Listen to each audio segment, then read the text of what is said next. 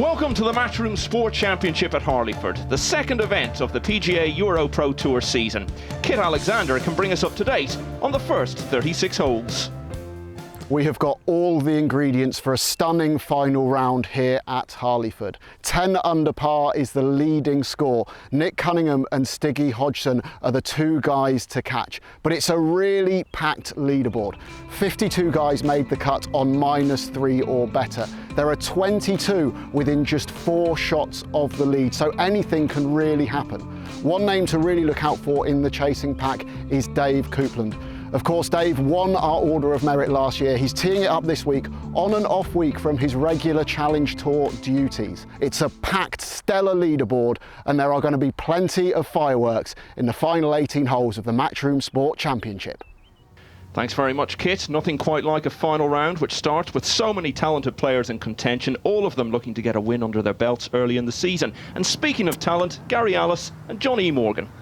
Yeah, thank you very much, my friend. Now, Jonathan Colwell at the front of the green here at the first. As the crew flies, probably about 300 yards to get to this green, 331 in all if you take the dog leg into account from right to left. That's a nice little start for Johnny. It certainly is. And here we have Campbell on the second hole. Great field today with no Challenge Tour event. Very, very strong. Probably one of the strongest ever EuroPro fields we've had, John. Yeah, here, Gary. It definitely is that. And now Ryan Campbell, what a shot that is in there. That's a long par 4, and it's playing very fast. And let's go back to the first hole. Nice little sharp dog leg from right to left. And like I say, as the crow flies down the left-hand side, you can take it off all the thick rough and the trees and go for the green with driver. And it's about 300 yards to get there, and it's playing hard and fast. And this is a really topsy-turvy green for the players as well. Now look at where he's aiming up. There you go. Proof is in the pudding. Couple of 67 so far for Stiggy Hodgson.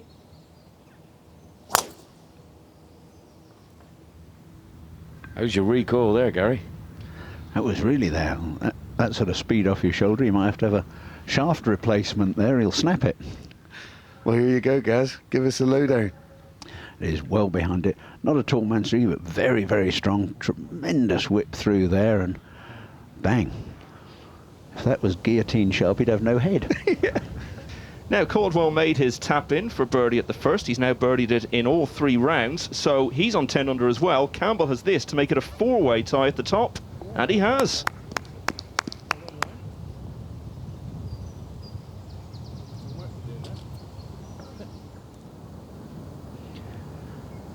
Now, after his birdie, Jonathan Caldwell, second hole. If you can fire this one down, keep it down the left-hand side. Very, very fast running, Harleyford is here, and I think we'll see this. This is looking good. Boom! And here it comes. Look at that, John. It's really racing on down. Yeah, that's gone like 70 yards on the run. He's only got a flip with a wedge now. Cunningham's just pushed his opening tee shot here on the first, but it's a really kind miss for him. 59 yards left in. It's not a full swing, so he's going to struggle to generate maximum spin with this wedge shot. But what he can do, he can use that little slope just a couple of yards shy of that pin position to take the power out of it, slow it down, and hopefully hold that top tier. Cunningham followed his opening 68 with a fine 66 yesterday, which was a real statement of intent from him. Now, let's see whether Cunningham does play this the way that Kit said. A little lazy sort of swing, slides the wedge underneath it. And you could see the difficulty that Kit told us. It's just very hard coming out of that sort of rough to generate enough spin. But he's on the top level and an outside chance of a birdie. Yeah, different case scenario here for Stiggy at the front of the green. Great drive. Little chip and run, bump it in the bank a few times, pop it up. Look at this, slow down ball. And that's a good shot.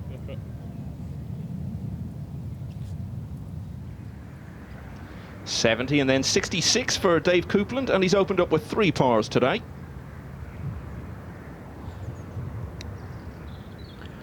Obviously coming off a marvellous season with the EuroPro last year, and he's been playing well on the Challenge Tour. Another very good shot in there. Yeah, good lady on the bag as well. Now, Petrozzi double bogeyed the last yesterday when a par would have had him tied for the lead overnight, so it's 68 in both rounds for him so far. and this is a lovely chip. Oh, cozying up a couple of feet away. Now, news from further up the course, Hugo Dobson is 7 under for the day, playing the last, so he's now in the lead on 11 under, one ahead of the group which includes this man. And here we are, Jonathan Caldwell. The second shot on the second after that bounding tee shot. Right over the top of the flag, backs it up a bit. 30-footer for a birdie. But problems for Dobson on the last, Kit's out with him. Dobson's ball has just crept into the left-hand thick rough down this brutally tough 18th hole. From here, he's got 213 yards into a back pin position. From this lie, I think all he can do is really advance it down, punch it underneath the bough of this tree. And the key here is to leave himself the perfect number for his third shot, a pitch into the green. Hopefully he can save par and finish on that 11 under par total. Yeah, he was out in 32, 3 birdies on the way home already. Not likely to make one here, as Kit was explaining, but a par, and you just never know. Yeah, muscling this one out, like Kit said. Potential for turning over, and look at this. Wow, what a shot. What a shot. From 215 yards out, that's unbelievable. That really was fantastic. Weight on the front foot. What a good contact you can see there. Puff of dust, showing how dry the golf course is. That's an amazing shot. Yeah, Cunningham here at the back of the green. Slick putt this one. Oh my goodness, what a start.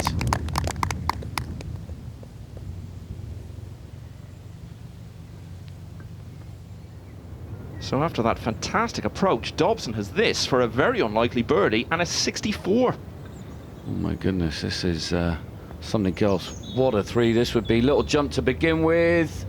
Oh, just hanging down the left-hand side. Maybe an extra roll and that might have had it. Crept in the side door.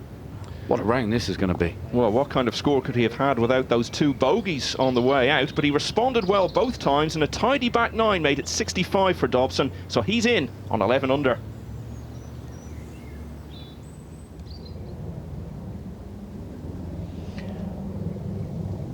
So after this very good approach, now we've got Stiggy Hodson. Needs to keep this just inside the right edge. Ooh, just got enough of it, doesn't it? Yeah, with his last legs. Well done, Stiggy. Nice to see him back playing well as well. Last year, probably not playing his best, but smiles back on his face.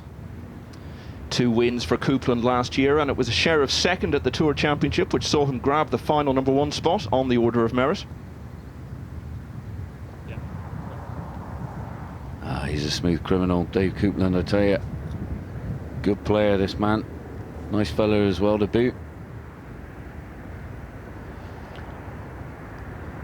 Petrozzi, after that very, very good pitch in, this from probably not much over a couple of feet, and nicely done. They're all moving in the right direction. They are as well, Gary, they are. The greens are in top-notch condition. The boys are loving it. We're seeing a lot of putts now. Seeing Ryan Campbell hold this putt earlier from Scotland. Can Jonathan Caldwell follow him in? It's a fast putt. It's tracking, it's tracking. It's another one. Off the right-hand side and in. Woo! Making mincemeat of this second. I think it's a tough hole. So Caldwell's birdie start sees him tied at the top with Cunningham, Hodgson and Dobson, who's posted that 65. Conor O'Rourke also merits a mention after a 67, means a 9 under par finish for the man from Nace Golf Club, just outside Dublin.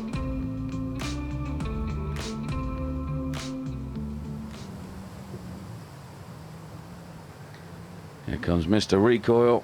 Stiggy Hodgson on the tee at the second. Can he follow what Jonathan Caldwell done? Get it down that left-hand side. Shoots on massively from there.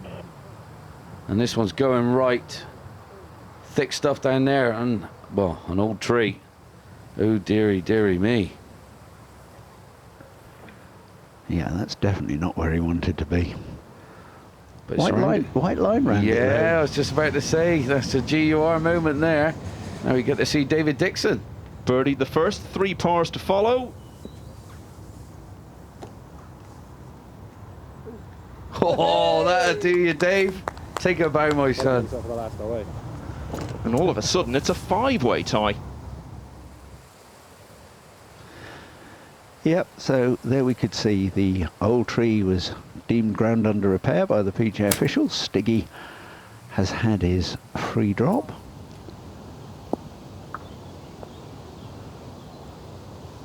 To pretty good advantage. Slow down, golf ball. Slow down. Just shows firm fairway coming out the rough. It's tough. It is indeed, and you can see that's had a lot of action around there, lots of drops. And yeah, you've got to pitch these fairways, Gary, you really have. You slightly miss it, it's going to have a hard bounce. And Cunningham coming from the left-hand side out of the semi. Got to go for ball flight. Height is everything. And he's got the height, lands it on the green, and that's pin high. Good 40-45 feet away, though. Stiggy Hodgson has been a winner on this tour 5 years ago. His favourite course, Pine Valley. And as you say, good to see him playing well again. And he's been talking to Kit. You've got a young baby now. How much has that made a difference to your mindset, your outlook on the world as well as golf?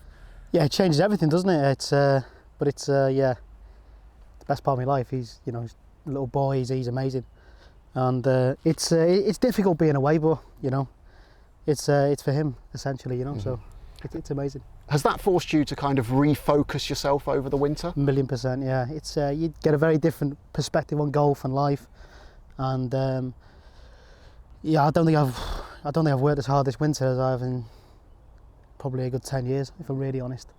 But yeah, it's hopefully reap all the rewards. You played at the highest level in amateur golf at a couple of Walker Cups. You've played Challenge Tour, you've had European Tour starts as well. Where do you feel your game is right now? Well, to be really honest, I mean, the first 2 rounds here I've been everywhere. I'm not going to lie, but my short game's been ridiculous, really. I've 24 and 25 putts, to shoot the scores I am. So I mean, if I'm being really honest, I'm actually not expecting a whole lot because it's kind of feels different every time, if I'm really honest. But I mean, I'm probably going to have to do it again today, just rely on my short game and see where it takes me, really. I'll see more from him in a moment. But this is Marco Penge, 68 in both rounds so far for him, and pars at all of the first 3 today. Incredibly powerful player, Marco Penge. Probably the longest driver on this tour, I would think. Let's see what he's done with this.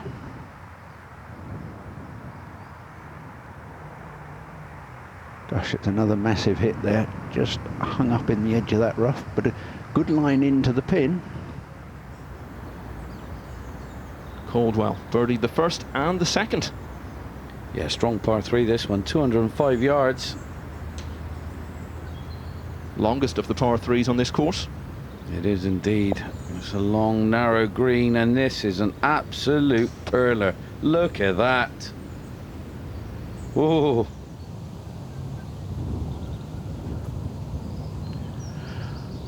So, after the shot from behind the tree stump, Stiggy chipping one up.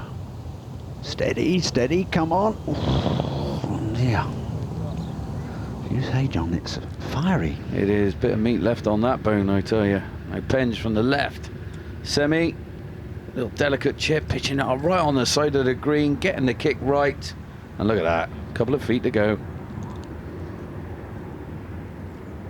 Some big hitters out here nowadays, though, Gary. And here we are. We come to, well, a beautiful hole, par 5. You've got to aim this one down the left. It's number 5. And really is brave here. You open up your shoulders, aim down the left-hand side, will kick down to the right. Then it's an awkward second shot. You're coming in with a very long club in your hand. Very hard to stop it on this green. Height is everything. Ball flight is everything. You go long, the big, thick rough comes into play. And it's going to be a tough chip coming backwards as well. Well, Dave Coupland's got a good tee shot away, looking down on the green. Has he got the height that you want, John, to hold this green? Oh, he's coming in from the side entrance, Gary. He is.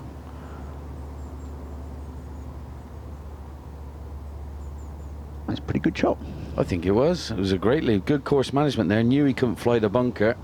Now, we mentioned Hodgson has been a winner on this tour before. It was 5 years ago, 63 in the final round to get into a playoff at Camberwell Park, which he went on to win. But that one has slipped by.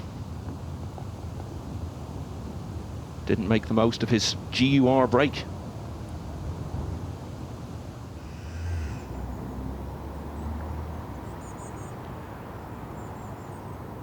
Dave Coupland, as we saw. Just played it using this left side. He's got all the length of the green to play with. Little bump up probably with a pitching wedge. Letting it ease on down. And I think he'll be pretty pleased with that. Yeah, it's a very hard green, that is, Gary. Really is slick from front to back. Now Cunningham, straight uphill, inside right, I think. This one, nice and firm. Yeah, no problem. Now we saw Petrozzi birdie the 4th. He's got a chance to do even better here at the first of the par 5s. Well, that's 2 great shots to hit this green in 2. Great drive, great second, good chance. Should just bend a little bit. Oh, and he slots in a 3. Eagle 3. Well, the way he's been playing, you won't put it past him. That's probably not his last, you know, great hole of the round, that's for sure. Now he looks to be in good order. And it's Dave Coupland in good order. Over this one, just over 3 feet. Inside the hole. Yes, he certainly is. Well done, Dave. Back-to-back birdies, so just 1 behind now, but maybe not for long. Because Caldwell has a putt to jump out of that pile-up on 11 under. Well, this is a very straight putt for Jonathan Caldwell. Straight up the hill. And he gets it. That's a great 2 at the 3rd. And there's his mate on the bag. Northern Ireland's Caldwell claims the outright lead then. Good starts also for Dixon and Petrozzi. And look at 3-time European Tour winner Mikael Lundberg, who's put an opening bogey behind him to soar to the fringes of contention at Harleyford, where the general manager is Jack Slade. What was the reaction to last year's event? Well, we were all sort of a bit nervous about what it was going to be like at first. You know, we weren't sure. We'd never done anything like this before for Harleyford. It was a first for us, for sure. But it was just, the feedback was absolutely outstanding. The members loved it. From what I heard, the players loved it. We had a really good feedback all the way throughout the year. So it was a really good event to host for us. Superb. We can't do these events without great volunteers from the clubs, often Absolutely. the members. How much has your membership embraced this? I asked the members probably a couple of months ago now who wanted to volunteer, and within sort of a week I was pretty much sold out, as it were. You know, they've been so supportive. The members are the key to running this for us, you know, and we can't do it without them, as you say. From ball spotting to starting to marshalling, whatever it is, you know, it's been fantastic to see everyone get behind it and everything, because it is such a great tour. It's a hat-trick of birdies to start the final round for Jonathan Caldwell, but plenty of talented players are right on his heels in the Matchroom Sport Championship.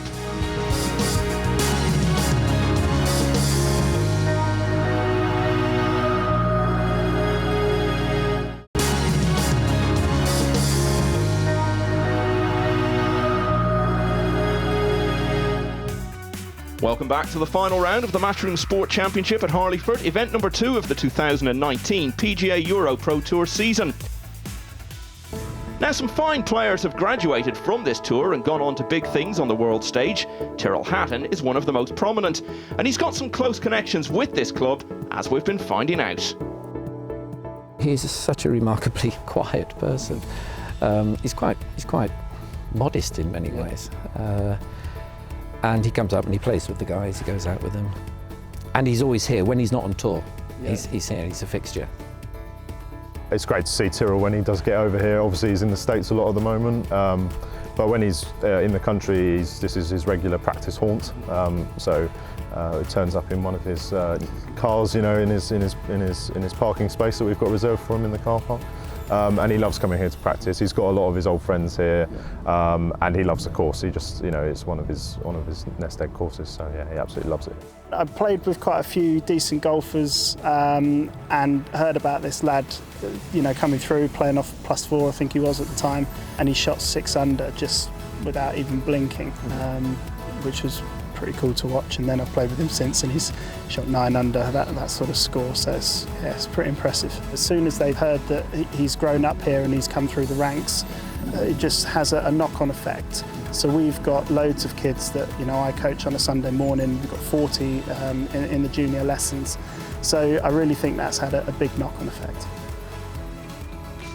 Well, Caldwell has parred the fourth, but pars also for Dixon and Petrozzi mean Caldwell is still out in front. Nick Cunningham has bogeyed the third, so he now trails by 2.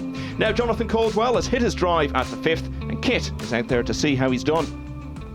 Caldwell is the man on fire early doors here, and it's a really scoreable opportunity now as well on the first of the par 5s. He does have a decision to make though. He's just in the left-hand rough, 244 yards to the front of the green. So it's easily reachable, but he does have these sort of baby trees in front of him. He's going to have to hit a real slinging draw if he goes for the green. Unfortunately, the ball is slightly below his feet. That's actually going to make it want to go the opposite way. It's a challenging shot, but I think the reward is worth taking on this risk. The interesting thing from what Kit was saying about this lie, for very good players, the ball's slightly below your feet, it's almost easier to move it right to left. Bend your knees a bit more, put your weight in your heels, and it actually helps to promote a more rounded swing where you can just close the club face, which is exactly what he's done there. Bent it round and got it pretty close, John. He has indeed. Pretty much where Dave Coupland was, and that's ideal. It really is. Jonathan Caldwell's such an aggressive player. A bit like this man, David Dixon, know him well from Somerset days. Hell of a striker of a golf ball. Very talented man, and look at that control. Absolutely beautiful.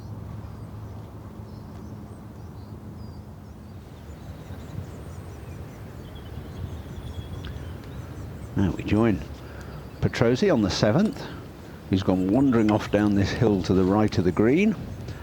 But played a remarkably good shot there, because he couldn't have seen a lot from down there. It's a long way below the level of the green. Yeah, it was great hands. Got the height on that, landed it softly as well. Caldwell was 5th on this tour the year before last, getting him onto the Challenge Tour for 2018, where his best finish was a share of 4th at the Cordon Open in France. Yeah, very aggressive player. My friend, look at this for a chip. What a touch. And you know that's going to set up another birdie. Man's on fire.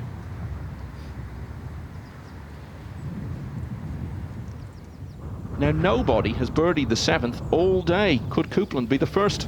It's such a difficult hole. You face down, look down onto a green that's really slopey as well. The wind's blowing. Green's slick away from you as well, as we see that one run past the hole a little bit. Now Caldwell made that little tap in, as you would expect, so David Dixon needs his birdie put on the 8th to be within 1. Yeah, I fancy he'll get this one straight up the into the hole. Whoa. No, I think you misread that, John. I just don't think it was a bad putt. Yeah, looked a good stroke, just a little bit more turn than what he expected. Now, this will be some up and down. Flopped it up past the hole here, slick downhill and out to save his par. Gets it, top up and down that. Yeah, a touch of quality that was. Nice to see all the volunteers doing all their part. Unsung heroes really on tour. All the volunteers from all the clubs. Brilliant. Yeah, one yesterday was worth it. So all of a sudden there's a bit of daylight between Caldwell and the rest. 4 birdies in the first 5, leaving him a couple clear. And it's turning into a very good day for Sean Towndrow of Southport and Ainsdale, helped by an Eagle 2 at the 14th. Kit is out talking to the leader. Johnny, absolutely sublime start. 4 birdies in the first 5 holes. How comfortable is your game feeling out here? Yeah, good. Driving it pretty good, apart from one there at the 4th, but still managed to give myself a decent chance up the hill. Just kind of dribbled it though, unfortunately, but delighted with the start, yeah. What do you make of the conditions so far today? Yeah, it's perfect, good score, and the wind's picking up a little bit, but it's nice to have a little bit of wind to work with. Don't mind it. Coming into a really interesting part of the course now, par 3 and then a long par 4 down the hill. Are the scoring opportunities over the next few holes as good as you've had early on? Yeah, I think so, yeah. Just continue to hit good shots to my targets, and if I can keep knocking in some putts, then there's plenty of chances, yeah. Super start, Johnny. Keep it going. Thanks, Kit. Top player, top person, Jonathan Caldwell. And here we go. This is no more than a 7 iron, maybe a little 6 for John.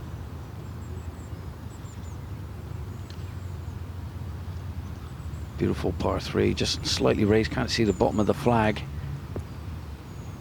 Been today over in that kind of middle left section as well. A few bunkers down there. Dixon on the 9th, which played as the easiest hole over the first 2 rounds, well over half a stroke under par. Well, although we couldn't see him, balls arrived nicely on the green. It did indeed. Now in the thick stuff, Petruzzi, 11 under, second shot. Oh, and that looks like that grabbed the club. That is straight left. And that's bounding on further and further away, just missing Dave Dixon. It's not very often you see it as clearly as that when the rough grabs the hosel of the club, as we have a look at Dave Coupland. Very solid playing from him today, no dropped shots yet. Yeah, this is what he does best. My friend, he's solid as a rock. So is this man at the moment, Jonathan Caldwell, 34 years of age now, represents Clandyboy Golf Club, not far from Belfast. His favourite player, the 5-time and so nearly 6-time Open champion Tom Watson, and his favourite course, the monumentally tough Royal County Down. This is my first EuroPro Tour event. I played one Challenge Tour event in Turkey. Didn't play that great, but it's just nice to get to a tournament venue, get into kind of tournament preparation and get a scorecard in your hand and start making putts that kind of matter, as opposed to just hitting them when you're at home, really. And if they don't go in, then it doesn't really cost you anything. But yeah, just the overall prep that I put in over the winter and playing a lot more has obviously paid off. You've won at this level before, you finished top 5. What does it take to get one of those elusive Challenge Tour cards at the end of a EuroPro Tour season? It takes patience, really, at the end of the day. Worry about your own golf ball and nobody else's. Play the golf course, take one shot at a time, all the usual stuff. And like I say, just patience really is the key. Having got the wins before and made your way up to the Challenge Tour, would the trophy today be as special as the ones before? Absolutely, yeah. Any win in golf's great. We start each week with 156 guys, and there's only one winner. So the majority of the time we're all losers. But yeah, it's fantastic to get any win at any level in professional golf, especially with the standard there is now in the lower tours as well. So yeah, it'd be very special. So, having heard some interesting information from the very pleasant Mr. Caldwell, here he is. It just missed the bunkers here, and I think you'd have probably preferred to have been in them. It would have been easier than this chip off that fairly bare ground, don't you think, John? He's done a pretty good job, though. He has, yeah, definitely would have been able to get the control required out of the bunker if he was in them. 3 just guarding the front portion of this green. Dixon's already had 1 eagle on the front 9. If he could somehow get another here, he'd be out in 31. And this is what Dicko does best. When he gets on a charge, he really gets on a charge. Oh, shaves the right edge. You can't believe it. Cellophane Bridge from Edmore Park. He's got his mates down there, Wicko, Marshy and Wingnut as well. They're probably all looking at this going, come on, Dave. Wingnut conjures up an interesting image for me, John.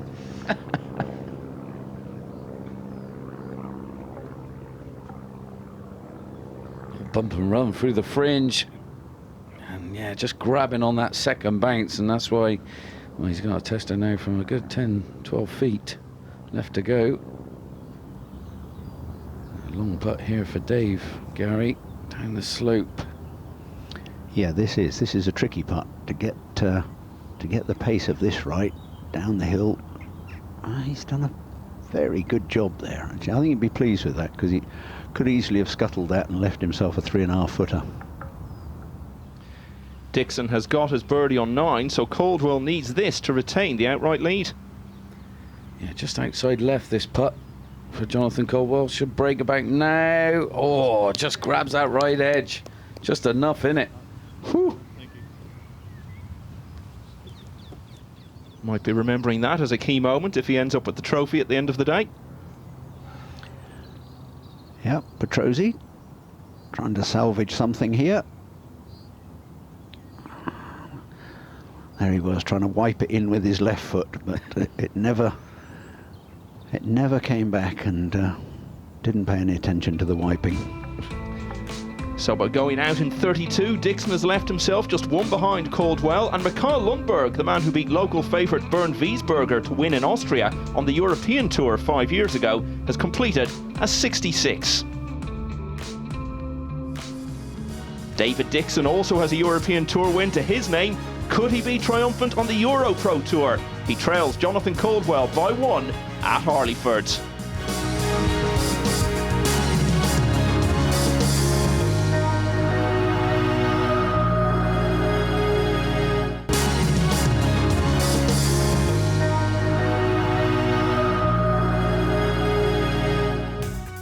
Welcome back to the final round of the Matchroom Sport Championship at Harleyford, where there's an ever-changing picture at the top of the leaderboard. Now, all these events look seamless to you by the time they appear on television, but of course, there's a huge amount of groundwork goes into making that happen. And we've been finding out a thing or two about the people who make it all happen behind the scenes. We do a planning meeting or planning meetings with the club. We come and do a course inspection, and we look at how the course is going to play, how we think we're going to set it up for the week. We then arrive on the Sunday, prior to the tournament beginning on the Wednesday, set the golf course up, plan it out for pin positions, tee positions, and then we run a pro-am usually on the Tuesday, and the tournament starts on the Wednesday. So this week, being a 1 tee start, our first tee off time is 6:30 in the morning for the first 2 rounds. We're on site at 5:30. We're out on the course by about 5:45, setting up the course, setting the pin positions for the following day, and then we're on course until the end of play. Between the referees and the tournament director, we spend a lot of our time managing pace of play on the course. We've recently teamed up with Tag Marshall, who provide a platform on tablets for referees to manage pace play and see exactly where every single group is out on the course. So that's probably takes about 95% of our time is managing pace of play, and the other 5% is giving rulings to players. So Jonathan Caldwell setting the pace, fine start for him, but also for David Dixon. Hot on his heels, just 1 behind. Hugo Dobson's been in the clubhouse for quite a while now and still not giving up hope that 11 under may at least get him a playoff. We'll find out over the course of the remaining holes, but now it's out to the longest of the par 4s with the leader. Yeah, this is an awkward hole. Slick downhiller, left to right, tricky green. Don't need no more than a 2-iron or a hybrid like Jonathan's got there, and it will feed down from left to right, gather some pace. Look at that first bounce, went about 20 foot high. Look at this, just bearing round from left to right, and that's what you're going to have for your second. And it ain't stopped there, still running. Yeah. You won't be able to see it, but when he gets up there, you'll like what he sees. Now, Dave Coupland, his second shot, down on the 9th hole, looking down towards the green. Neat player, Coupland. I think he likes the look of that, does he? Well, he's birdied this hole in both rounds so far. Oh, and it could be something even nicer today. You won't believe how hard that shot is. From the right side, all the encroaching trees on the left, pin on the left-hand side as well, must hit green, and he's done it so well. As we see Dicko down on the 10th hole here, 3rd shot coming in high at 12 under. Look at this one release. Oh, slow down ball. Well, that'll leave him a nice putt. Let's go out to Kit with Caldwell at 7. Caldwell is in position A here on the 7th. Now, it's the stroke index 1 for the amateurs, so it is a tough hole, and the reason for that is he's now faced with a really difficult downhill second shot. It's severely sloping down. That's going to make the ball want to launch really, really low. That pin at the back means anything long is absolutely dead. He'll probably play a bit short for this, and to make matters even trickier, his ball has just finished up in an old divot. Of course, he's got to play it as it lies, so he'll do well and be happy just to hit the centre of the green here. He will indeed, Kit. Not an easy shot. He's got probably one of the lofted club in the bag. He's going to give this a hell of a swipe, get it up in the air as much as he can. See that ball just on the edge of the divot. The old divot comes up. Lots of spin on this required. Oh, got too much spin. Pitched right on the edge of the green. Look at that, still moving towards the back of the green slightly. And that's going to leave him a very awkward putt. Lots of swing from right to left and fast. Just shows, John, it's not a fair game. It was a good tee shot and he was in the divot. Awkward. Yeah, that's, Yeah, luck of the draw, unfortunately. Tandro going along nicely. Wedge in hand here. Getting the chubby checker required. Gets it to pin high, just shy of. And he'll have that to be back in 31. There we go, another eagle putt. What a shot in here. No more than 6 feet down the hill, slots it in, eagle. Dave Coupland. Here we go. So he's out in 32, and he's played this hole over the 3 rounds in 4 under. Yeah, fantastic playing from Coupland. As we have a look at Tandro, this for his birdie and a great round of golf. Run out, come on. Yes, well done. Took a while to get going today, but once he did, he was on fire, playing the last 11 holes in 7 under, and that eagle on 14, the highlight of a final round 66. Yeah, great round of golf. Now look at this. He's going to be aiming this a good 10 feet right at the hole. I can tell you that now. Gets this anywhere within a couple of feet. He'll be giving himself a big pat on the back. Look at the swing on it. I said 10 feet, it's more like 20, and that is a remarkable putt. Great touch. This to complete the hat-trick by birdieing the 9th in all 3 rounds.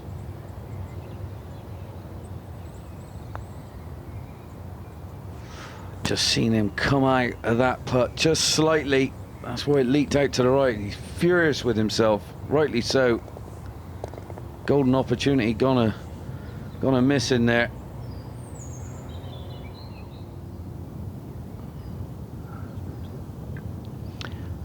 Dave Dixon's birdie attempt.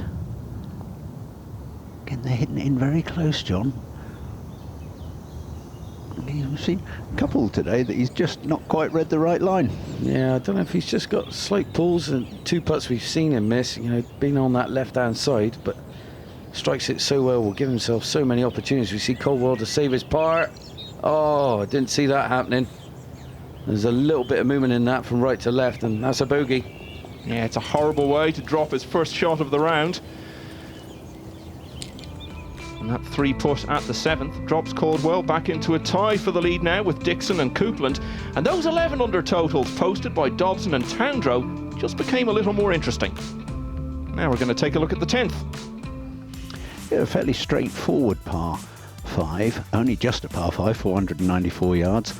Narrowish tee shot where you want to drive it down the right hand side because the green, as we can see, is tucked just a little bit to the left. These bunkers here short of the green on the right and left won't really affect these players. They'll only be going in with a middle iron. But the green itself is raised. You're actually going to see the bottom of the pin, and there's a big sort of, almost like an elephant's graveyard in the middle. There's a big hump in the middle of the green. You're right there, Gary.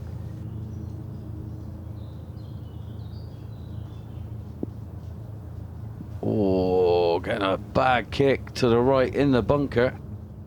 Dixon's only got 114 yards left to the pin here on the 11th, so he's going to want to attack it back there in the left quadrant. But what he's got to worry about is it's looking a little bit of a flyery lie, and there's just enough breeze popping up to make things interesting. The form he's in, he should be able to get this one inside 10 feet though. Dixon got a start in the British Masters at Hillside just a few weeks ago, opened with a 70, then 74 though in the 2nd round to miss the cut. It's a swing I never get bored of watching. Dave Dixon here, like Kit said, 10 feet or within, and he's done exactly that. That sets up another golden opportunity for a birdie. Yeah, just drops it nicely. Natural power, lazy power as they say. Great striker of the golf ball, lovely shot in. Quiet day so far for Ryan Campbell, birdied the 2nd, gave it back on 7, and otherwise all pars. Powerful player, Ryan Campbell. Good player as well. He's there or thereabouts each week. Another bounding tee shot. Splits the centre of the fairway. All very jolly. Well, 2nd shot into 8 for Caldwell. It's 392 yard par 4. Up the hill, the tee shot. Can't see the bottom of the pin for your 2nd. I don't think he's going to like that when he gets back there. Would have been expecting at least 15 feet away. Petrozzi looking for another top 10 finish after sharing 10th place at Brocket Hall last week. Maybe even something better. He's definitely got the bit between his teeth, really wants it. And this is another shot in, great shot in. To that back right pin, not an easy place to get to, and well, giving himself a chance. Following that very good tee shot, lofted club in hand. Going to take it straight over the corner of that tree that we can see guarding the front left. Big, high-flying shot. And I think it sort of rustled a few leaves. It did. I mean, you got to try and draw that one in there, Gary, from right to left. I mean, those trees do really hang over on the green, and from where he was on the left-hand side, not easy.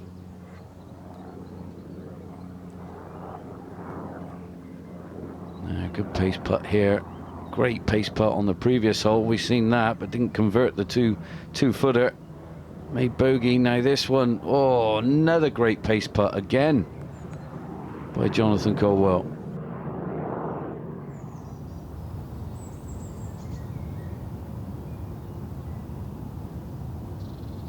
Dave Coupland we return to, where we saw that shot bounce off the shoulder. Stabby little bunker shot. Great shot there. And as his playing partner said, fabulous bunker shot indeed, sir. Yeah. So Coupland has this very short putt to take the outright lead, but maybe not for long, because as he goes to 13 under, Dixon has a putt on 11 to also go to 13. Yeah, straight up the hill here for Dicko. From the right-hand side, and finally gets one.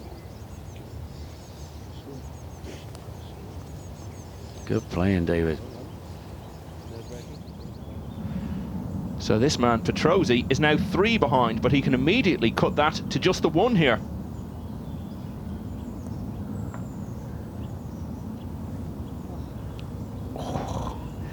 I bet he thought that was in. It looked it all the way up there. Just didn't take that necessary. Should be a birdie though. Yeah, no doubt, Gary. I mean, yeah, frustration there. Missed that short one on the previous one, and another good opportunity there for an eagle.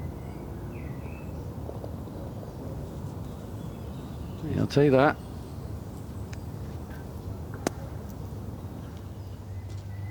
Knows he's missed a chance though, but can Campbell make his eagle? Big putt up the green. And while it was an eagle chance, I think he'd be happy with that for his birdie. Yeah, once it clatters into the trees, you don't know what's going to happen. And just like Coupland, he's played this hole in 4 under for the week. Turned pro relatively late, only 3 years ago. His favourite course, Royal Portrush, venue for the Open Championship in a few weeks. And look at this, one of his hobbies is sarcasm. Let's hope he leaves that behind when he talks to Kit. Ryan, you've been a pro for 3 years now. How do you assess your career to this point? I haven't progressed as much as I would have liked in those 3 years. Even though my game now is much better than it was 3 years ago. I think I just haven't quite stepped up the tours like I thought I maybe could have. But obviously try to change that this year. So. What do you feel it is you need to do to make those steps up? I think just a bit more consistency. I've had a lot of good rounds without putting 3 or 4 rounds together. Most weeks I'll have a good round, but maybe 2 that aren't great or 1 that isn't great and miss a cut. But I think just putting 2 and 3 rounds together would help. Does adding that consistency come down to something technical, or is it perhaps more of a mindset thing? Just experience, I think. I didn't have a huge amount of experience in amateur, like elite level amateur golf. And I think it's just experience on how to manage your ball around a course when you're not playing that well. You can still shoot a good score if your head's switched on. You got yourself into contention last year at Clevedon. What do you take from that experience that you can apply today? I actually played well in the last round last year, although it's this kind of stuff that I'm nervous with, like the TV interview. Once I'm playing golf, I'm fine. Because I turned pro to try and win golf tournaments, so that's what I want to be doing, is competing to win. It's this sort of stuff that puts me off a bit. Well, it doesn't put me off, but you know, it's nerve-wracking. So this ever-changing picture now sees the 2 Englishmen, Dixon and Coupland, out in front at 13 under. Caldwell back to a shot behind. And look at Seve Benson, birdies at the 10th and 12th, moving him into contention. It's the two Davids tied at the top as we head towards the closing stretch. More to come from Harleyford next.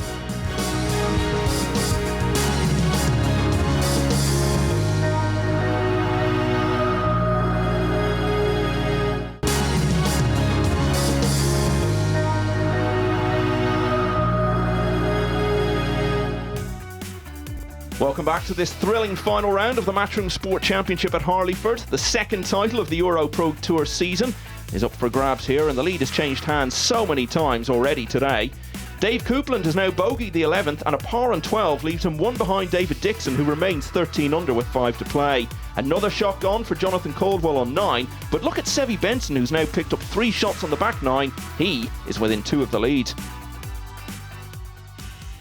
Well, we're getting a lovely little look down on this 13th green, and it's a green the boys are not going to be able to see with their second shots kind of hidden away. It's a par 4, 426 yards, up and around the corner from left to right, and anything over this green is a tricky up and down. That one lone bunker as well, not easy, very slopey green, but I think our kit's around. 110 yards is a really nice number for Coupland here, but it is on a slight upslope and into what little breeze there is. That's likely to make the ball just want to hold up and balloon a little bit. And with that pin 20 pace is on, he has to get the clubbing just right to get it all the way back there. Yeah, this ain't easy. Lofted club in hand as well. You don't want the spin because this green slopes severely from back to front. Very fast, coming in a little bit lower, one hop and a stop required. And there's that spin. That's not too bad.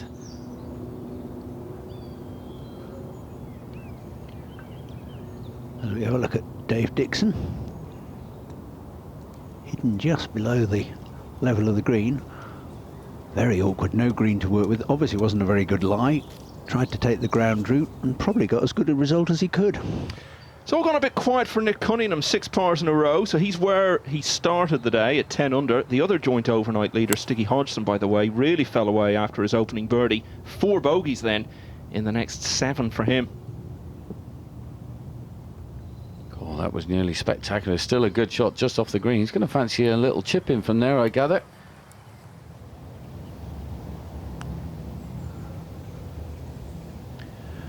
Jonathan Caldwell. Partially blocked out by those leaves, but he's worked one round, a little bit of draw. That's a very good shot from there. That was more difficult than it probably looked.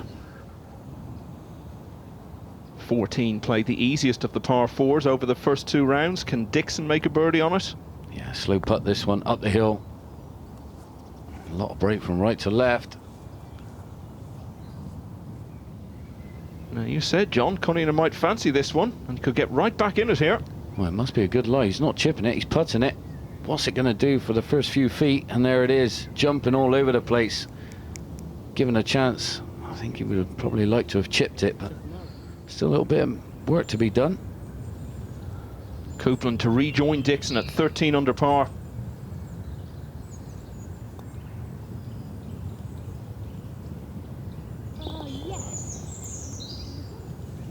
There's his #1 fan. You can hear his good lady on the bag. And nice, smooth criminal, this man, Dave Coupland. Good player. So following that slightly wayward first putt, Dave Dixon. This to tidy up for his par. Nicely done.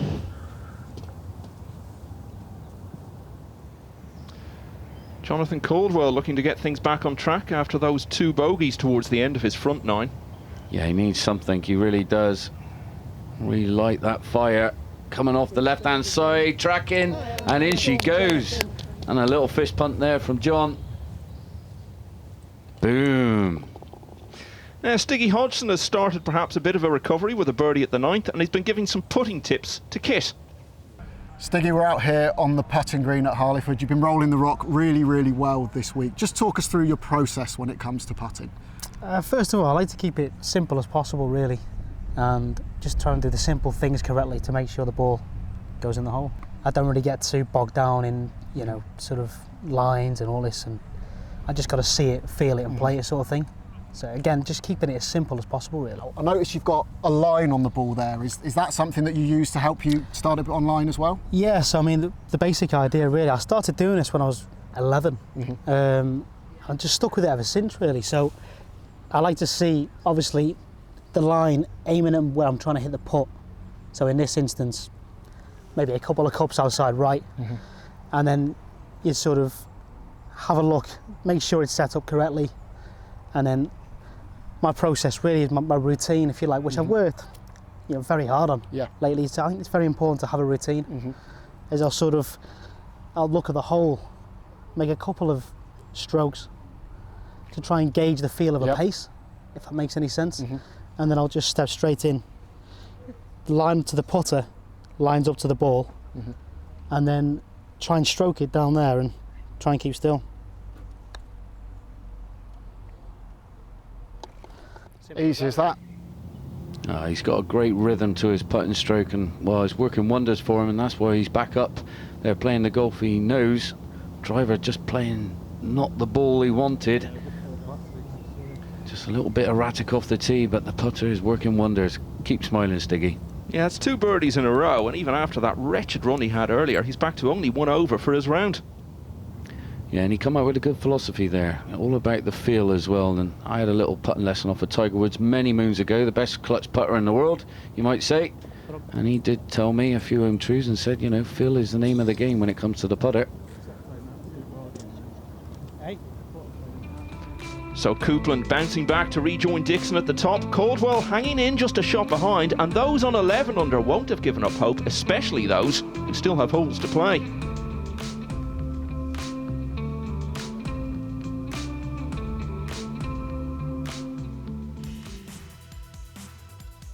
One of my favourite holes on the golf course, the 15th, beautiful par 4, slings from right to left, round some narrow trees, all encroaching, and a tiny little green to boot.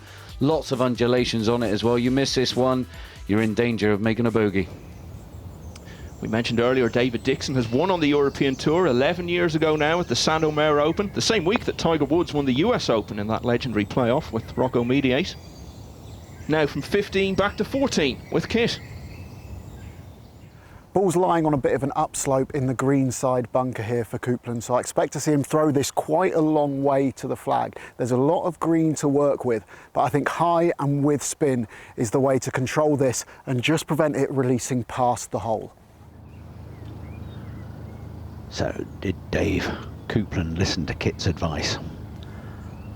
Quick green this one. Giving it a bit of a stab, but that's probably a releaser. Which it is, and too much as Kit warned us. Well, here we are at one of many signature holes around Harleyford Golf Club, and the boys are here for their second tournament on the PGA EuroPro Tour. Now this little beauty, 12th hole, 179 yards, par 3, look down on it, bit of a quarry vibe going around the back of this green, round to the left hand side, so overclumbing it is not a game plan. So this green kind of faces you as well, slopes back towards the front, 2 beautiful bunkers guarding the left and right side of this one. It's essential to find this green, but that breeze can play havoc for the players. Now there is a bit, you don't really feel it that much on the tee, but it is up there, I tell you now. It's up there, so anything a little bit shy can feed off this green and get, well, considerably further away. I'm just opting for one more club more, grip it down the shaft a little bit, just placing it nicely on the tee box. Nice easy swing, try and keep it ideally short of that hole.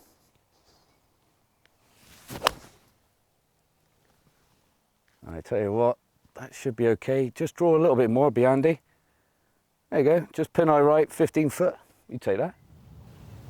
Well, Jonathan Caldwell would certainly take it right now. He's on the shortest hole on the course. Yes, when you've got the breeze against, as John told us, a quiet sort of swing is really what's required. You just sort of push the ball up towards the green, which is what he's done. Nice swing, again just keeping the weight slightly on his left side to drive the ball away on a lower trajectory, as our cameraman's caught very nicely for us there. Petrozzi has already eagled the 14th once this week. He could make a massive move by doing it here again. Yeah, slow putt here, Michael, up the hill, always left though. Yeah, and he said it himself, such a bad putt, didn't really give it a chance. You see Dave Dixon now at 15. This is his birdie opportunity off the right hand side, I feel. Yeah, and there it is. Quite a lot more break than what Dave was thinking. So Dixon will stay at 13 under, and that means Coupland has this to go one ahead of him.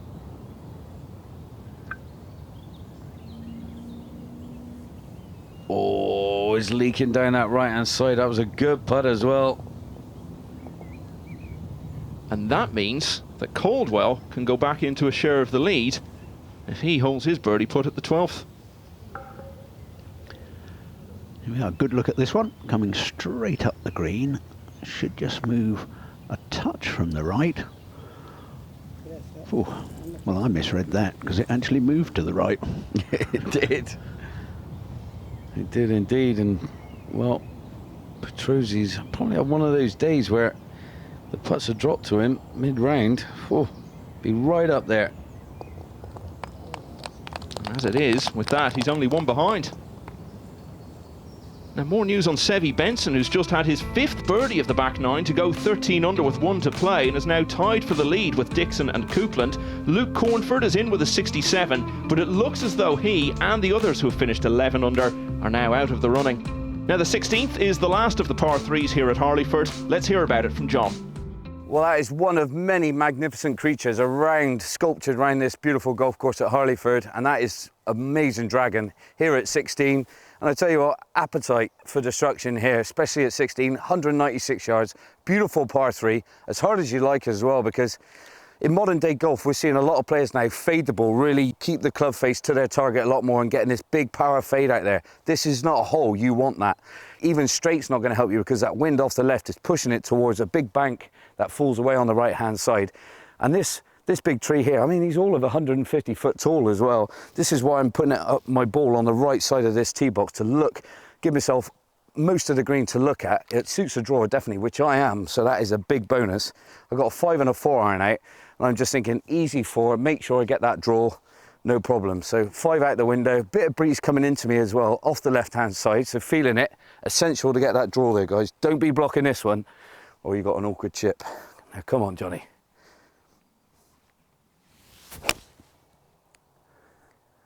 Keep drawing, keep drawing. It's looking lovely. Staring it down. Oh, middle of the dance floor. Probably about 20 foot, 15 foot up the hill. Keep it below the hole. Happy days. Make par in here. Big ups. Dixon played the par 3s better than anyone over the first 2 rounds. Hasn't birdied any of them so far today, though.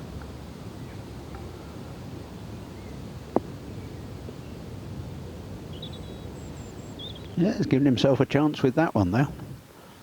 Yes, indeed. Now, Dave Coupland would have hit no more than a 4 iron to get to this position, leaving himself about 100, well, 90 yards in. Lots of spin we'll get with this shot. Green slopes back to the front of this.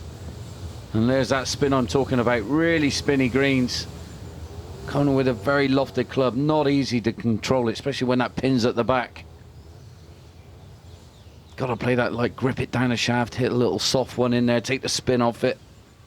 Petruzzi only has 98 yards into a really accessible pin position here. The problem is his ball has just come a couple of paces into this first cut of rough. It's sat up absolutely beautifully, almost a bit too well, like it's up on a tee. There's a little bit of a tuft behind the ball as well. He's not quite going to be able to guarantee the contact and the spin as he would off the fairway, but you'd still fancy him to knock this one in close.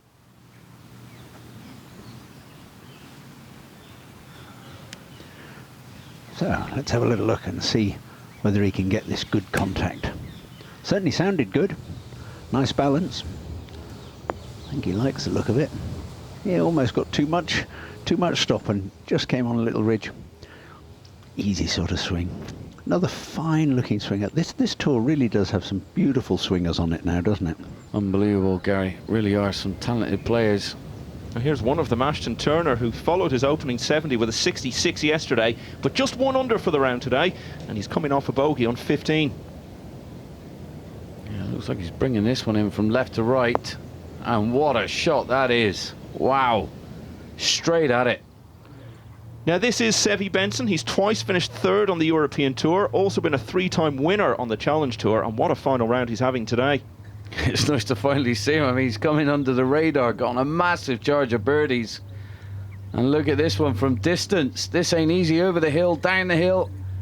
Oh, and a little knee knocker to go for his par. Yeah, and that putt he's got left may well be to get into a playoff, may well be to win it. We won't know for some time yet. It's a big putt either way.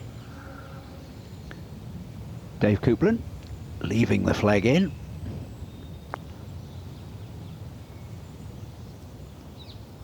Lovely pace, but as you could see, he never managed to get the line quite right.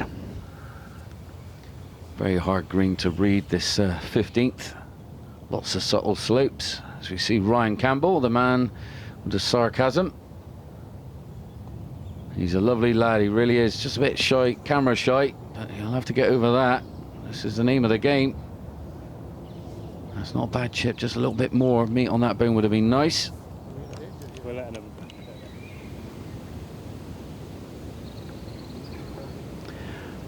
Following that good tee shot, Dixon up the hill, running well. Oh, he could have been miles in front on this one, couldn't he, John, really? He could have. I mean, if the putter was working like Sticky Hodgson's has been for the previous 2 days, my goodness. This to tie for the lead now for Petrozzi. Oh, what a putt. Oh, needs 2 rolls more, and that was disappearing in the hole for a much-deserved birdie. And he's missed a few as well, mind Gary. Yeah, it's true. They've putted well, you know. They're just, you know, it's not as though they've seen too many poor putts, the odd misread. This for a rare 2 at 16. For Turner. Oh, and he gets it. Beautiful putt. Inside left, locked it and rocked it, and that's it. March on to 17. A couple more of those to finish, and he could have a say in things. Now back to Campbell. All pars so far on the back 9. He's got some good chances coming up here now, Michael. Off the right-hand side for birdie. Gets it, little fist pump. He's staring down 15 now. You got 17 the par 5 as well to boot.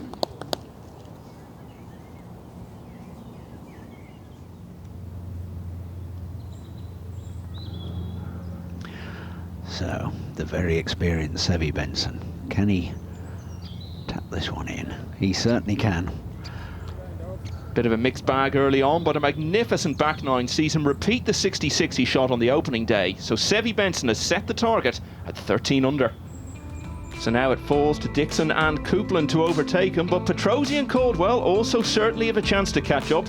Penge and Campbell both need to finish very strongly if they're to have a say in the outcome. Seve Benson has done all that could have been expected of him. Now it's the waiting game, as he hangs around to see who can match or better his 13 under total in the Matchroom Sport Championship.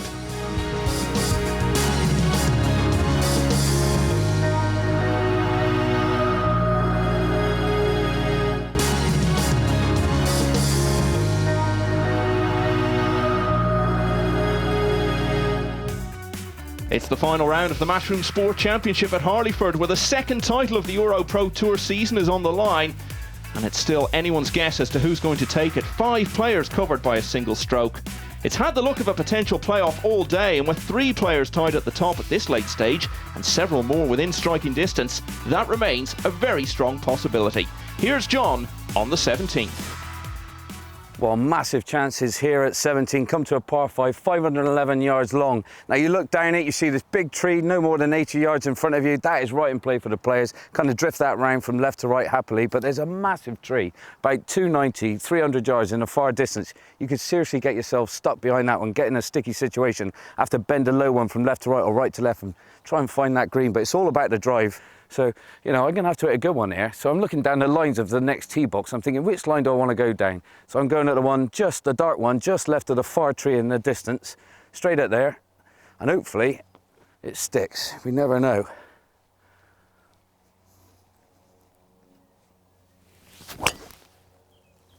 And there we go, straight down my line. Now, nice bounce. Ah, perfect. So let's go to the joint leader, David Dixon, who came to our attention when he finished as leading amateur in the Open Championship at Lytham 18 summers ago now, the week David Duval won his only major. Cool, this one's bending rapidly from right to left. He's overcooked it, it's thick rough there. Oh, he's got away with that one. That's between the walkway from the 17th green to the 18th tee, and that's going to be an awkward up and down, tight pin. Yeah, as we go back to the 16th tee, Petrozzi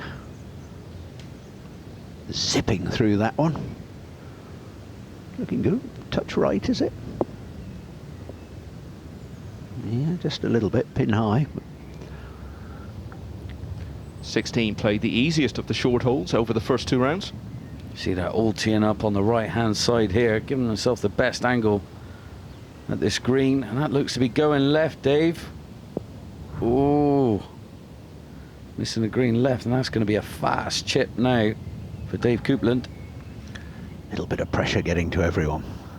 Well, Stiggy Hodgson had his 5th bogey of the day at the 12th, but he's got it straight back on 13. Here he is now on the 14th. Yeah, got it back at the stance there, got his weight with the slope, playing the low spinner, and he's done it very well. Seen Ryan Campbell hold it from there earlier for par.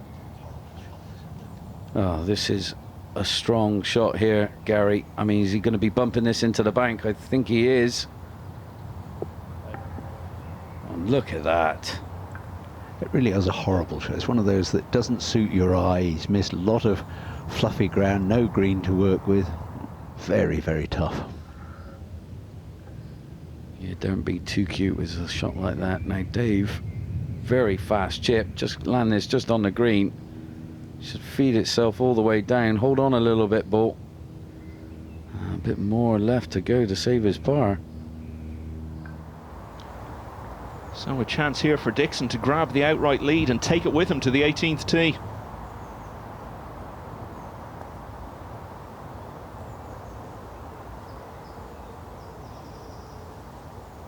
It was a great pace putt there, but yeah, he had to take his medicine out of position after the second shot with no chip whatsoever, and yeah, goes to the 18th now, tied for the lead.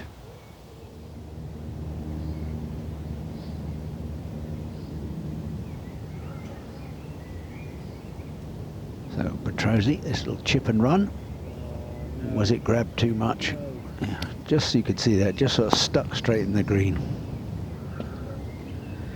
And that's not a putt you want to be leaving yourself as well. Slick one, right to left.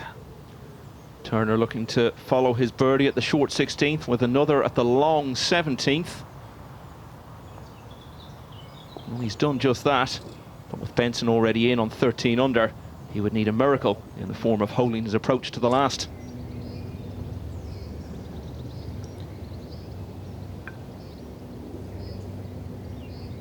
Off the right hand side here for Dave, and he slots it in. Great save, great par.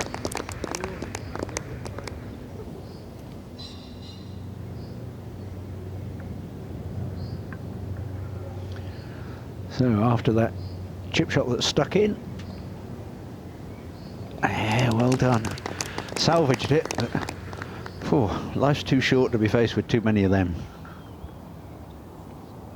You're not wrong here now. Line on the ball for Stiggy. Outside the right, we've seen Ryan Campbell hold it from here. And Stiggy's done the same, little fist pump as well. What a day he's had. He's only parred 4 of the 14 holes he's played. 5 bogeys, but 5 birdies as well.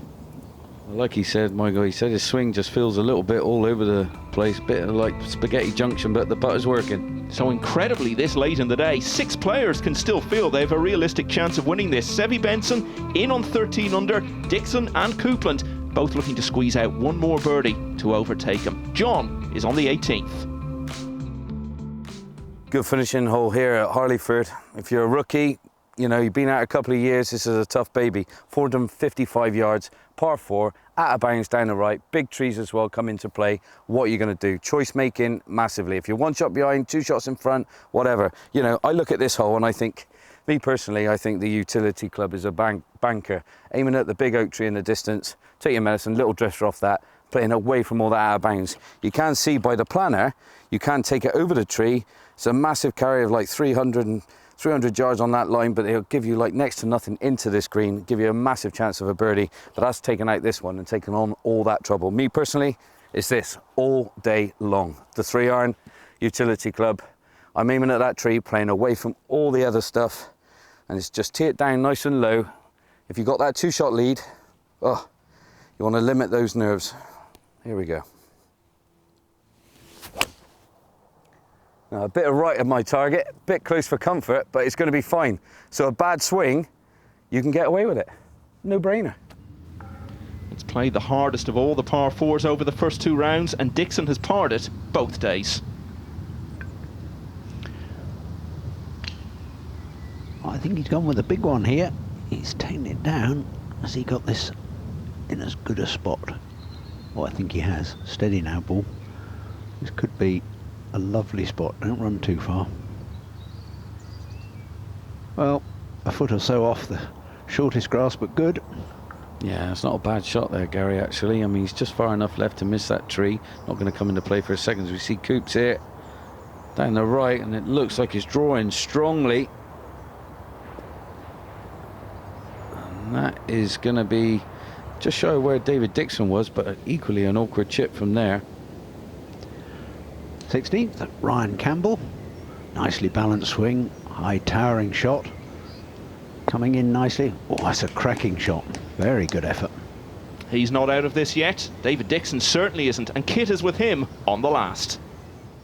Dixon has reduced the toughest hole on the course to a real birdie opportunity here, just 115 yards in. That pin is tucked way over there on the left, but he can aim right of it towards the centre of the green and let the natural slopes feed it down to that hole. That tight left pin here for Dave Dixon. What a drive, like Kit said, in the left rough. Staring it down, could this be the shot? You never know. It's a bit long, didn't get the grab required, but that should feed back just a little bit. Not as much as I thought it would. There's a slow-mo, Gary. Yeah, another beautiful look. You know, for anybody wanting to copy a neat swing, Dave Dixon's the man. And he will have that putt to shoot 66 for the second day in a row. Now, Dave Coupland has birdied this hole, the 17th, both rounds so far. Can he get up and down to do it again? Got the most lofted club out, playing it well open, and that just shows you how difficult it is to get it close to that flag from on that left-hand side. Neon impossible. Marco Penge has bogeyed the 15th, so he looks to have drifted out of contention at this stage. Only missed 4 cuts from 14 starts last season. Almost knocked that one in. Oh, he did. I thought I was going to hit the flag square on and disappear for him, but strong lip out as we see Petrozzi here down the right side of 17. Better place to come in from, that's for sure. This is third. Coming past Dave's ball, giving probably Dave a nice little read there as well on the way past. Swung a long way that, didn't it, as it came past Dixon's ball.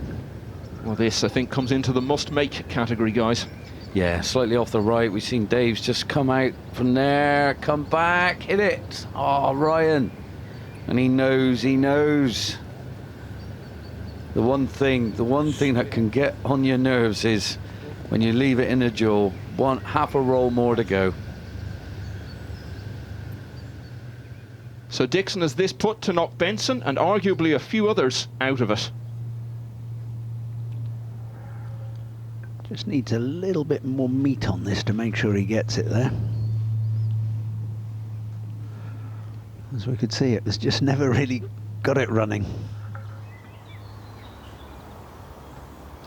So Dixon misses the chance to lead on his own. Back on 17, can Coupland take his?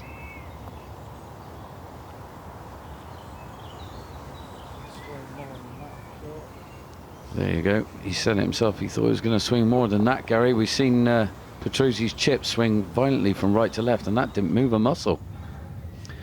No, not a hair. And in fact, Dave Dixon's left just almost was close enough, but he wouldn't have wanted to be another 6 inches further away from there. A very tidy card, no dropped shots. Could have done with squeezing one more birdie out of it after the one he made at the 11th, but a closing 67. He joins Benson in waiting to see if 13 under will be enough for a playoff. Can Petrozzi go to 13 as well?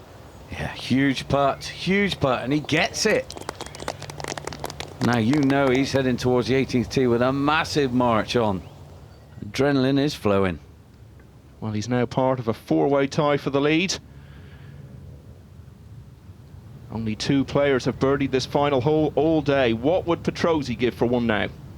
Yeah, all about the tee shot here. 18. What's he got in his hand? He's out with driver, trying to get it from left to right, but looks like it's come across over the top on that. He's pulled it. There's thick rough over there. Oh, that is not a place you want to be. That's absolutely what you don't want, having just come off the birdie. Now, what can Dave Coupland do? Dave's ball looks like it's got the same kind of shape on it here, Gary. Certainly does. Hit the tree, we can hear that. Oh, and it's ricocheted out on nearly onto the fairway on the right-hand side. Look at this. This is that tree in the middle of 17 we were talking about here, Gary. Having to just bend it a little bit, just far enough right. Trick here, just to pitch it just shy of that green. Hop it on the right-hand side if you can. And that's not going to be a bad leave there for Ryan Campbell.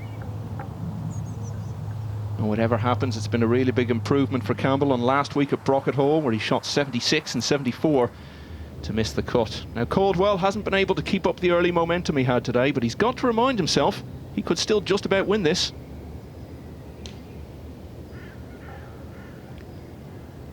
Nice swings, looking a bit left. Hang on. It just clings on, but not an easy putt. No, not easy. Well, that's the ricochet off the tree and where it's finished up, and he's got all of a good 7-iron, maybe a little soft 6-iron in his hand, aiming at the middle of the green, trying to draw it back, staring it down. He's doing the walk. Oh, and it's a beautiful swing, and I tell you what, unlucky not to get that massive hop, and that would have been right up by the flag. Still a great shot nonetheless, and here we are, down, deeper and down, Gary. Oh, this really is some hay. This is where you see how strong these young fellas are, but I don't think he's going to move this one very far. Double bogeyed this hole in yesterday's 68. Problems here again today at the last. Yeah, proper knee-high grass that is, and a strong boy to try and get that one out, and he's done it extremely well. He's over the other side of the fairway now.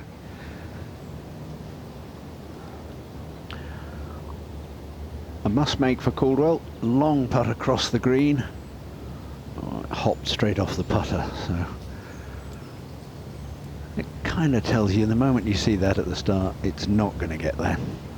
No, well, he's still got chances. He could eagle 17 or finish birdie. I'll get him to 1300. We see Campbell now must up and down. You feel if he holds it, he ties the lead, Michael.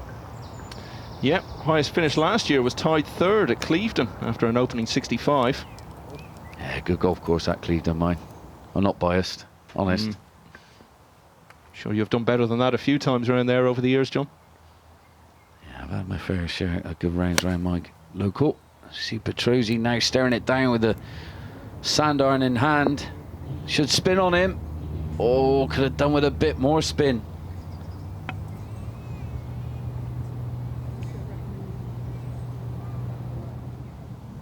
Now Campbell, if he can make this one and another birdie at the last, he can get into the playoff.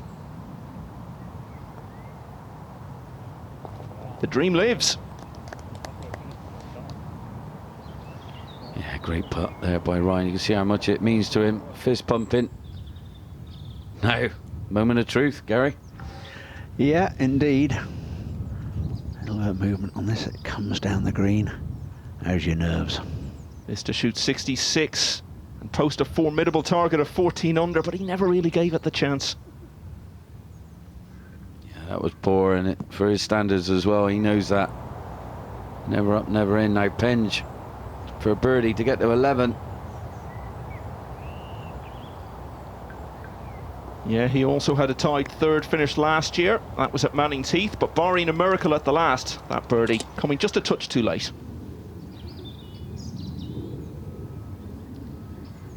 Used to get it all tied at the top for Petrozzi to save his par. Downhill, left to right, lots of movement on this. He's giving it a good go. Oh my, oh, it's defied gravity. Oh no. Oh, my heart bleeds for him. I mean, that was a good stroke. Cellophane bridge, Gary. It really was. It just looked that it had to topple in off that side. Picked up 3 shots in the first 5 and got things going again in a decent back 9, but as he finishes 1 behind the clubhouse target, that dropped shot on 18 could be a source of much regret for Gianmarco Petrozzi. He'll have to finish this round for Coupland to stay at 13 under. Gets it. Laid the foundations on the way out with that eagle at the 9th, completing a front 9 of 32. Lost a bit of momentum after that, but still a 67 makes him the 3rd player to post a total of 13 under par. So Petrozzi's race is run. Coupland looks to have more golf to play. Benson and Dixon surely already warming up. Ashton Turner, incidentally, has parred the last for a 69. 3 players in then on 13 under. A playoff looks certain now, but who else can join Benson, Coupland and Dixon in going to extra holes? The finish is next.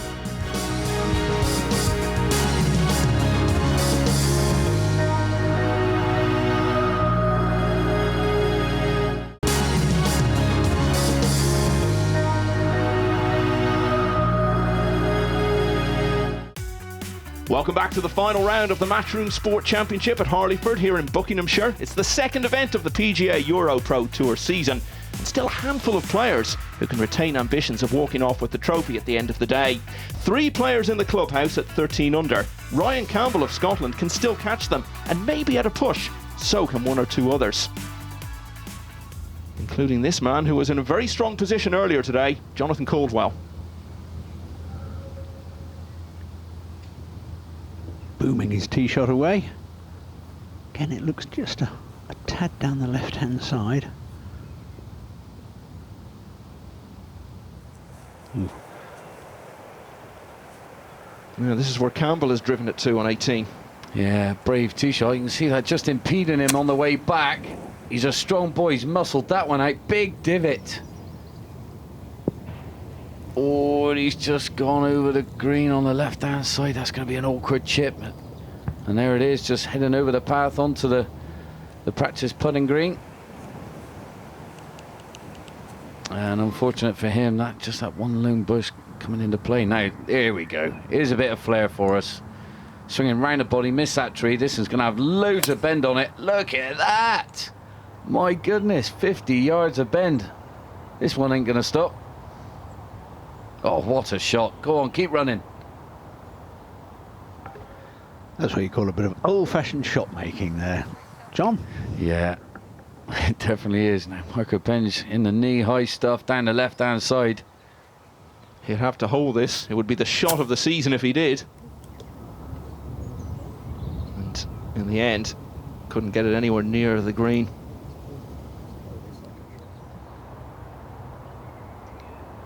Oh, it's a must up and down. If he holds it, well, it gives him a chance for an outright win if he birdies the last on the upslope.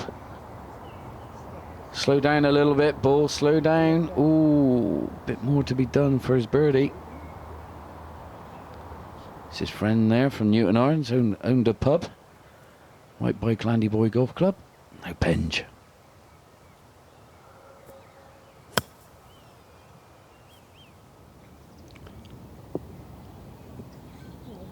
Yeah, lovely contact on it.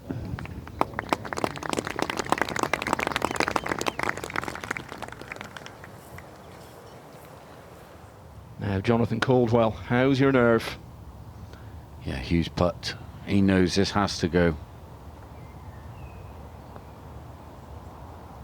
He's got it.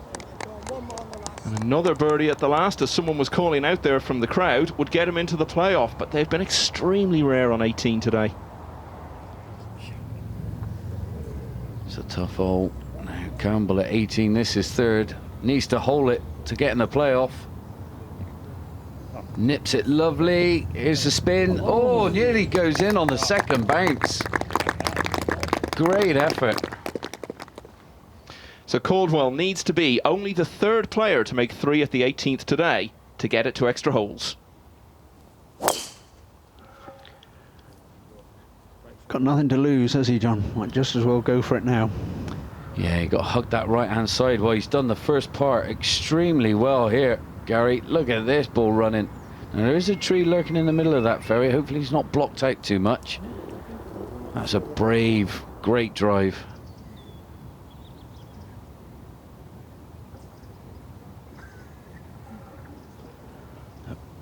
Penge's par putt after visiting the thick rough. Sad finish. It is. No one likes to see that, but it is a demanding tee shot. And yet, he fooled everyone by going in the rough on the left. A couple of early birdies got him in the mix, but it all went a bit quiet after that, and in the end it's a 70 to go with the pair of 68s, which went before for Penge. Nice to see the gallery out. And Campbell, for his par to stay at 12, that's a money-making putt, really. Need this one to drop. Oh, and he does, and he knows that. Fist pump there. Made a bit of a late charge with birdies on 14 and 17, but needed another one to finish. Didn't get it, but all 3 rounds in the 60s for the Scot. And overall, it's a good week for him. Seve Benson waiting with the family. Oh, isn't that lovely? Hey, Daddy, give me those glasses. I want to put them on. Well, Caldwell certainly put his tee shot in a great place there. Bit of body English leaning into it, helping it back onto the green. Oh, it's only just off, but very difficult. Well, you could tell the way he's put the club back in the bag there. He's disappointed with that. Well, suddenly Nick Cunningham might have a shout if he can make this and birdie the last. It's never ending, Michael. Down the hill, if he slots this one in, it's all systems go. Oh, it just drifts out to the right at the end. It's a good effort. Yeah, but it's been a disappointing day, really, for both of these final two who shared the lead going into the last round. Sticky Hodgson's had a really poor day, it has to be said. Let's go to Kit on 18 with Caldwell. Caldwell has to chip this in for birdie to force his way into the playoff. And this is a makeable one. It's lying really nicely, a slight upslope. He's got enough green to work with. It is uphill as well, so he can be aggressive. A slight hint of movement from right to left, but I fancy him to at least scare the hole with this one. I'm with Kit on this. He's got like a 56 out here. He's just going to plop it on the edge of the green, let it release up the slope, bit of break from right to left like Kit said. Oh, just a bit too heavy-handed, straight through the break. It was an opportunity, an outside one at that, but Gary looking on probably fancied him for it as well. Yeah, I think you'd be disappointed with that. You know, when you're faced with an uphill putt coming just off, uphill chip coming just off the right, you always fancy it normally. Well, it was an explosive start for the experienced Ulsterman with 4 birdies in the first 5, but lost his way coming towards the turn. Still had a chance if he'd birdied the last, and although it didn't happen, he has broken 70 in all 3 rounds. Petrozzi, Campbell and Caldwell all break 70, but on 12 under they've taken 1 too many. Hugo Dobson's 65 was the best of the day, but it leaves him 2 back. So for Benson, Dixon and Coupland, 13 proves to be the lucky number, and it's playoff time for them. And normally, guys, you'd say that you would favour the player who's got the momentum behind him, but really they've all played well today. They have indeed. I mean, Seve Benson, as we see there, he's been in the clubhouse a while now, might have stiffened up a bit, he's probably gone to the range, hit a few balls. Then you've got the likes of our Dave Coupland, star of last year, great solid player. He's just finished his round, he's ready to go. And then you've got Dave Dixon, great player as well, coming in. I'm going to go with the Somerset man, local legend to where I am, good player, swinging the ball great. 3 very different tee shots here on the first playoff hole. Dave Coupland has played ultra safe. He's way back. He's got something close to 200 yards into the green now. Right beside me is the ball of David Dixon, 142 yards to go. And the really aggressive play, another 20, 25 yards further up, but in the first cut of rough, is Seve Benson. It's definitely advantage Dixon and Benson here. They can attack, potentially make a birdie. But from where Coupland is, it's a long old second shot in. Par is the most likely outcome.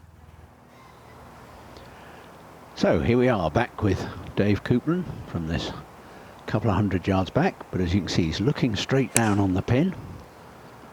Nice balance. I think he likes it, the way he's looking at that. He gets this right and just gets a little feed up the green. This, could go very close. It's feeding. It's feeding. It's still trying. That's a very good shot. It is. He knows the line of that putt as well. He had that in regulation play. His final hole now. Dixon, in the middle of the fairway. This is no more than a 9-iron in his hand. Aiming at the middle of the green, draw it back.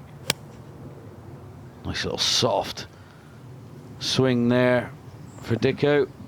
Pitches it just short, hard bounce, gets the hop forward required, and that's got him below the hole. That's quite a nice putt to leave yourself. Could be pretty straight and firm with that one. Yeah, that was very impressive. The picture of experience as we now have a look at Seve Benson. More awkward angle. Not always perfect going that extra 20 yards. Oh, it's 3 great shots, Gary. 3 great shots, equal distance from the hole as well. I mean, who do you pick? Yeah, they are. They're 3 magnificent shots there under the pressure, and just showing the experience of this trio. I think this is it's wonderful stuff. It is. Great swing there by Seve. Well, all too often you see playoffs decided by somebody messing up, but you get the sense that isn't going to be happening here. Well, here we go. Draw first blood here off the right-hand side for Seve Benson. Oh! Just shaves the left-hand side. That was a great stroke as well. Well, 1 down, 2 to go. They're so close. I can't see them both missing this. More likely, I think we'll have 2 holding out. Well, you can see he kind of thinks he's got it for a minute. Now, Dave, he had this kind of putt, just a little bit short of this one from what he had previously, but he knows the line. Played for too much break there, just went through the break. That's another man down. He'll tap that one in for a par, and well, it's all set for David Dixon to steal the show. Yeah, you're right, John. It's just watch this little one go in, and suddenly that little bit of extra angle, or the angle that Dixon's given himself here, because I think this is pretty much dead straight up a slight hill. This is definitely the one you want to leave yourself. Now, Dicko for the win.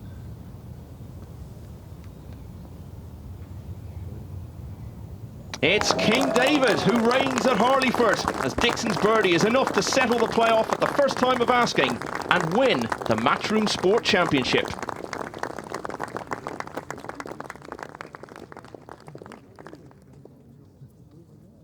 Congratulations, Dave. Thanks. You just won the Matchroom Sport Championship. How do you feel? Well, that's a proper job, isn't it? As they say down south. Yeah, no, great. That's great. Yeah.